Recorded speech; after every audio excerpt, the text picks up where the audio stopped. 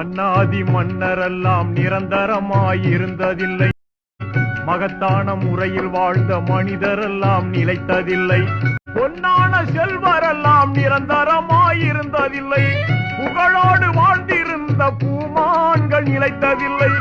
உதரத்தின் இந்த நிலை புரிந்திடாமல் பேசுகின்றாய். மௌத்தையே நீ மறந்து இங்கு வாழலாகுமா?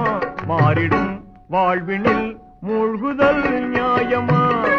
அல்லாவின் அருட்சுடராம் அண்ணன் தாஹா நபி எங்கே? அஞ்சாத வீரம் கொண்ட ஆண்மை அலியார் எங்கே?